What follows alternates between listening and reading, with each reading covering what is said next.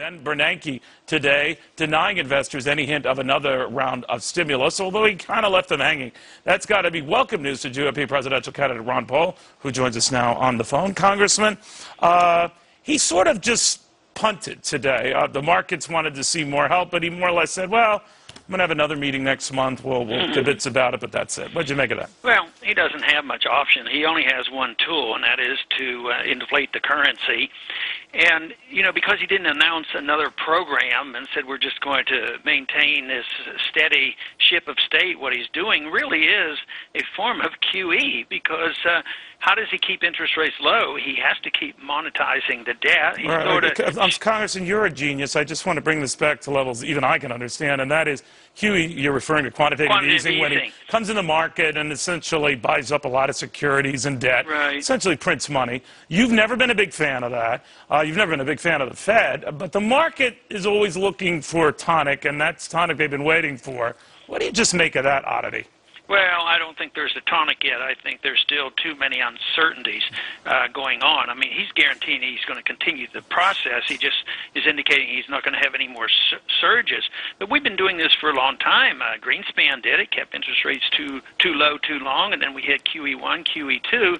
But as long as Bernanke say he's going to go into 2013 and maintain very, very low interest rates, means he has to be very active, because if foreigners decide not to buy much, he has to buy up these treasury bills to keep these interests very low. So I don't think a whole lot has changed, but he just didn't have any big announcements. He wasn't looking to stir up the markets. He was trying to calm the markets, but he certainly didn't calm the gold market. The gold recognizes that he's going to still print a lot of money, and he's hoping that if he throws it back to the Congress will cut back on the deficit, which isn't going to happen. So next week, of course, will be another week, and we'll see what happens then from how people will interpret this all. Congress, I wish you had more time, but while you're on with me here, I always hear from a lot of your people, not me specifically, I guess, sir, but they always say, Ron Paul deserves more publicity. Ron Paul deserves to be on more. Do they know how often you're on this show? I don't know, but I bet you have the record. So well, I do. Actually, I do. And I'll tell you that. something, Congressman, because maybe you can pass this along to you. You've been on, I was checking this, sir, 28 times since November 2008, 50 times since January 26, 2005. That doesn't include other special appearances.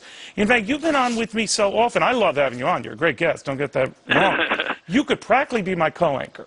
So I'm wondering... Well, that's a flattering statement. I think it is, too. But seriously, can you get back to them and let them know? I know I'm kind of like the Rodney Dangerfield of these primetime shows, but let them know. You have an open invite. You've been on a lot of times. We love having you on. Somebody accuses me of, complaining a lot. Actually, you haven't heard me doing complaining, but I can't control all the supporters who think different ways.